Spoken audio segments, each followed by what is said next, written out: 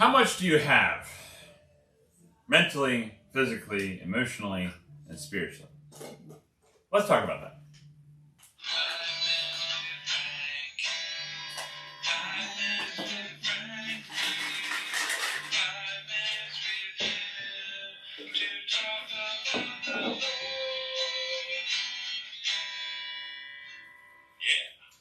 Aqua Via Tea Kombucha, not a sponsor.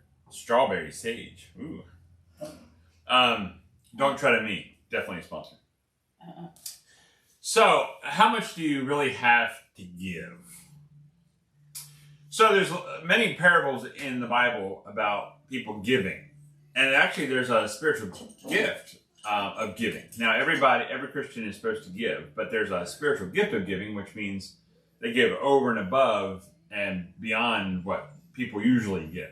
It's a measure of a spiritual gift. Now, that doesn't mean all Christians stop giving because of that one person or those group of people, but we're all supposed to be giving. It's just they have the maximum spirit of giving. And so in light of that God tells us to give not under compulsion or under guilt or, under shame, but we give because we love Jesus and we love his ministry, and people are, coming to Jesus because of the ministry. And so we give to the ministry. And so there's a lot of stories in Mark about giving. And it's really cool because most of these times when it's about giving, it's like there's only so much that a human can give, and then God exponentially makes more. But the first step in all these stories is that somebody actually gave everything that they had, and then God multiplied it. It wasn't that God multiplied it and then they just sat back and watched. But they stepped forward in faith first, and then God multiplied it. Those who didn't step in faith, there's a couple parables, and didn't give that much or hid it away, God took it away. He's like, nope, you're not using it all for my kingdom. I'm just taking it away.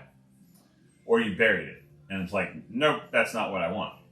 I want you to give everything, and then I'll exponentially, bring it to fruition. So here we go. Mark chapter 8, verse 5. So they're all sitting around. It's really late at night. God is teaching. Jesus is just going off. He's the Mac Daddy of teaching. Nothing physically to draw, but he had this authority, this love, this compassion, that when he taught, people were just drawn to him, And so he says this, and he was asking them, how many loaves do you have? And they said 7. So that all they had was 7. He had these crowds of people, these multitudes of people. And Jesus said, what do you have first? So they were stepping out of faith saying, hey, we got 7. We got 7 loaves of bread. And we got these fish. And guess what Jesus did? That was 5 loaves and 2 fish. Well, there's 2 stories. Oh, sorry. And so what did Jesus do? He multiplied those exponentially. Because they stepped out on faith first. And then Jesus said, well, you've given everything you can give. I'm going to go further. Because it's based on faith. It's based on faith of Jesus, not our own power. But if we don't step out on faith, nothing's going to happen. Okay, we have to actually step in the water. We actually have to give all. We actually have to trust Jesus. We can't just sit in our own little world of spiritual, mental, and physical and emotional world and say, I'm not doing anything. Well, we'll let Jesus do everything. We actually have to do something. I'm not saying for salvation, but because you're saved, you want to do everything for Jesus. You want to give everything. And so my encouragement for you today is, are you giving everything in faith? And then God will exponentially multiply it. Now, I'm not saying you're going to be rich beyond all measure or that you're going to have health forever and ever and you're never going to get sick.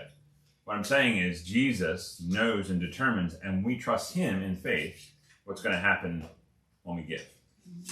I love you. Jesus loves you too. You have a great day. Give until it hurts, and then let God do the rest. Bye-bye.